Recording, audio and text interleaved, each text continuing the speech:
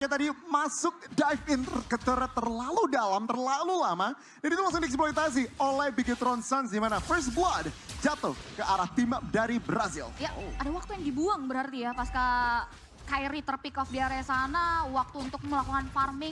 Tapi pasti ada 1001 cara yang sudah dipersiapkan juga, dan menilik dari sisa itemnya ini masih berupa pecahan saja sih. Keyboy juga baru saja menyelesaikan tough boots-nya, tapi kalau kita lihat dari cewek, untuk cewek sendiri dia sudah memiliki Mystic Container yang nantinya akan dia build secepat mungkin menuju ke arah Starlium side. Turtle akan menjadi tempat dance yang menarik bagi Onyx, tapi Keyboy masih belum mendapatkan level yang keempat, sehingga dia masih belum bisa berbuat banyak dan hanya menzoning out pemain dari Bigetron Suns saja. Ya, tercicil begitu saja dan Kyrie berhasil mendapatkan retribution-nya. Kali ini Fight, oh my god. Kali ini Black menjadi korban selanjutnya, di mana teman-teman dari Onyx berhasil mendapatkan turtle dan juga kill. Wow, buy one get one dari Onyx. Di mana satu turtle dibayar juga dengan area 1 poin eliminasi untuk membalancing lagi terkait ketertinggalan di early tadi. Seperti yang Cipi bilang tadi ya, banyak jalan menuju ke rumah. Dan itu adalah salah satu caranya juga agar Kyrie mampu untuk mendapatkan retribution battle. Dan itu adalah momentum yang membuat kita cheering langsung dengan kata-kata Indonesia. Ya, begitu pun kalau yang ada di rumah Semangatnya ya, terdengar nih. Bener banget, yang ada di rumah juga bisa, tapi lihat. Oh, Luna Ombal tak tampaknya menerima damage yang cukup luar biasa. Dan kali ini teman-teman dari Bigetron Suns berusaha mendapatkan balas dendam, tapi masih terlalu tebal untuk Bigetron Suns. Dan ya, 1-0 pertukaran tadi. Ya, dan ini agresivitas yang diperlukan untuk Onyx terkait bagaimana Luna Ombotang yang dari tadi selalu mencari sosok dari Kyrie. Ya, 2 poin assist ini cukup harusnya untuk nantinya memberikan kontribusi lagi. Dan bahkan Starlium side seperti yang di-mention oleh Profesor KB. Ini menit 3 dan bahkan membuat cewek lebih unggul di early advantage yang harusnya dia lebih bisa optimalkan. Tapi Keyboy kali ini mungkin udah mulai terspot dan bakal implosion. Di-commit begitu saja dan langsung formasi dari Onyx langsung menyatu. 1 buah poin kill ditambahkan, tapi lihat Joy mulai masuk mencari mencicil damage ke arah CDW. Tapi tampaknya masih belum mampu dan oh my god. Pakai hujan. Wow. Tapi luar biasa sih, tetap masih dengan antusiasme. Antusiasnya. Ya iya tentunya, stay safe guys. Dan balik lagi mungkin ke pertandingan kita, bagaimana pergerakan dari teman-teman Onyx masih konsisten dengan permainan yang cukup agresif. Terlebih lagi dengan adanya gold yang cukup mumpuni. Pasca Turtle diamankan, ini udah mulai swingnya di tangan anak-anak Onyx. Iya, dan kalau kita lihat juga bagaimana early advantage yang mereka dapatkan dari Turtle juga ini bisa di-convert lagi seharusnya menjadi pundi-pundi yang lebih menguntungkan.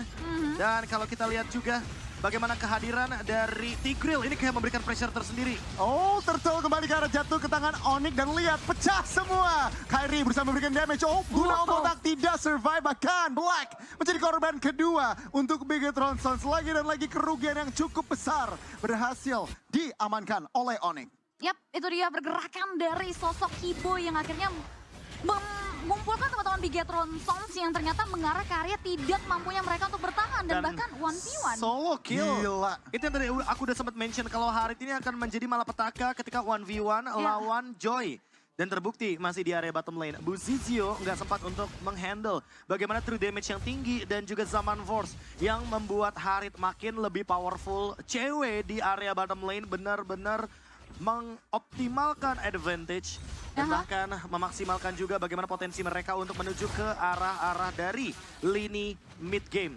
Bahkan untuk sekarang dia sudah memiliki 1 buah crossbow yang pasti akan dia jadikan menuju ke arah dari Feather of Heaven. Yang ngebuat nantinya damage yang diberikan akan semakin besar lagi dari sosok seorang cewek. Terlebih lagi power engage yang dibawa oleh Onyx ada lantunan electrifying blades yang hanya mengusir sosok Boots yang udah mulai into. Tapi nampaknya teman-teman dari Onyx bakal coba untuk mulai memberikan 1 buah pressure tambahan lagi nih. Bicara invasi turret yang ada di area mid lane bahkan belum loh di pick off atau bahkan dihancurkan oleh teman-teman dari Onyx. Tapi mereka udah bisa melancarkan gerakan tersebut. Ini cukup signifikan sih, Be. Perbedaan gold hampir 4.000 genap, baru 6 menit berjalan. Baru 6 menit berjalan. Ini kerugian yang cukup besar. Menurutku bisa lebih banyak lagi sih Goni di sini masalah utamanya. Dan ditambah dengan bagaimana potensi dari Onyx ketika mereka mengamankan 1 buah objektif terakhir nantinya. The perfect turtle for Kyrie mungkin. Ini akan membuat Onyx lead-nya nggak cuma 4.000, bahkan bisa menuju ke arah 6.000. Dan manuver mereka bisa lebih dalam lagi untuk invade jungle. Ya. Apalagi untuk urusan pick off. Mereka punya Tigreal, mereka juga bakalan ada Nolan. Jadi untuk urusan team fight besar dan pick off, mereka cukup balance. Dan ini dia perfect turtle dan juga Feather of Heaven untuk cewek. Memaksimalkan attack speed. Dan nantinya semakin late game, semakin lebih powerful lagi. Buzizio juga akan lebih kesulitan untuk invade ke arah belakang. Karena kebetulan Onyx gak punya backline. Ya. Itu dia. Semua hero dive in. Bisa masuk semua ya. Ditambah lagi teman-teman dari Bigetron Suns ini hanya bertumpu terhadap satu momen yang harus dimaksimalkan oleh Black. Tapi dengan kegigihan dari Kibo yang dari tadi selalu bisa ke-create moment, di mana kerumunan di sini udah nggak lagi pertanda yang cukup baik bagi Bigetron Suns. Yang ngebuat akhirnya vision dari Black untuk nge-create moment juga benar-benar seminim. Dan di menit ke-7, mereka harus tersetir dengan game plan. Dan bahkan gameplay yang dipertontonkan oleh Onyx.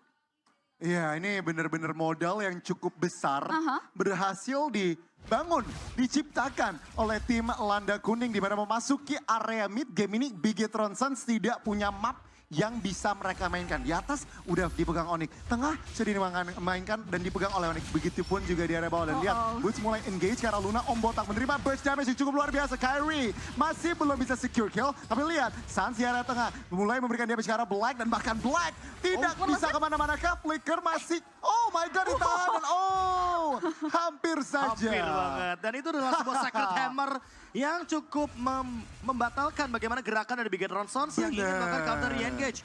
Tapi untuk sekarang Onyx mulai lead the game lagi. Dengan menghadirkan sebuah objektif bonus di area mid lane, membuka vision juga untuk di area jungle dalamnya. Sehingga ini akan membuat Boots dan juga Keyboy makin lebih mudah lagi untuk melakukan setup menuju ke arah Lord yang pertama. Dan seperti yang tadi aku mention, Chippy ini akan menuju ke 6.000, bisa ke 8.000 setelah Lord yang pertama.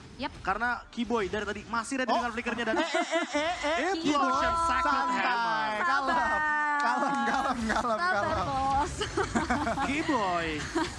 Oke, this is Keyboy ya. Itu taunting cara baru, Beb. Taunting cara baru dengan Ultimate Implosion ya. Oke, aman aja.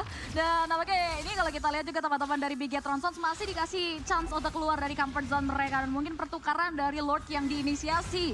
Free Lord yang kemungkinan jatuh di tangan Kyrie. Mengarah ke area satu inner bottom turret saja, tapi that's it. Mereka udah nggak bisa lebih dalam lagi. Ya, karena mereka membawa Cloud dan Bigetron Suns kalau membiarkan Super Upa sendirian, masalah utamanya adalah ketika nanti dia pegang lane jauh dan lawan match-up-nya adalah Kyrie dengan Nolan, ini bakal instant kill. Walaupun dengan Purify, apalagi dengan Purify, ini nggak ada escape ability karena Gouge hanya sepersekian detik saja untuk cooldown reduction-nya. Dan bahkan on the way menuju ke si Halberd, there you go, Kyrie. Dengan si Halberd akan membuat Luna Om Botak regen HP-nya akan sedikit terpotong walaupun dia ada di dalam rumput. Ya, ditambah lagi ini udah mulai ada beberapa blind spot yang nggak bisa dikulik juga oleh Luna Om Botak ya. Dimana pergerakan under pressure seperti ini yang ngebuat ruang lingkup dari Bigetron Suns juga semakin tipis lagi sebetulnya. Oke, beberapa detik mundur tentunya. Countdown mundur untuk Keyboy dengan flicker dan ultimate-nya 5, 4, 3, 2, 1, go nih. Oke. Apakah kita akan melihat hal tersebut? Mari kita lihat sebentar lagi nih ya. Tapi wow, ini 8.000 dan Lord yang pertama masih belum charging tentunya kita lihat. Onyx tadi berhasil men-trigger pasif base dari tengah dan lihat mereka mulai masuk pelan-pelan. Keyboy flicker implosion masih belum di commit. Hanya ngincer objektif turretnya saja. Dan conceal dari Keyboy kita lihat pergerakannya masih tertahan tampaknya. Lagi dan lagi, objektif nggak berhenti untuk Onyx. Ya, masih cukup disiplin ya trigger yang dibawa oleh teman-teman Onyx. Tapi ada conceal play yang masih belum entah mau dibawa kemana. Hanya teori ancaman untuk mengusir mundur dan bahkan Buzizio juga disibukkan untuk melakukan clearing di 3 laning push. Khususnya di area sisi bawah sih, tapi at least 2 base in total berhasil diamankan. Blazing Duet. Blazing Duet karena belakang Suns hampir terpikat tapi Black tampaknya harus hilang di area depan. Syndra menjadi korban selanjutnya dan Onyx mulai berhasil mencari korban selanjutnya yaitu Super Upa. Cewek with the triple. Dan kita lihat satu member lagi tampaknya Buzizio tidak bisa kemana-mana dan bahkan Onyx langsung bisakah ke arah base dan terbuka bebas tampaknya. Dan satu member saja dan Onyx sang Landa Kuning berhasil mendapatkan game yang pertama.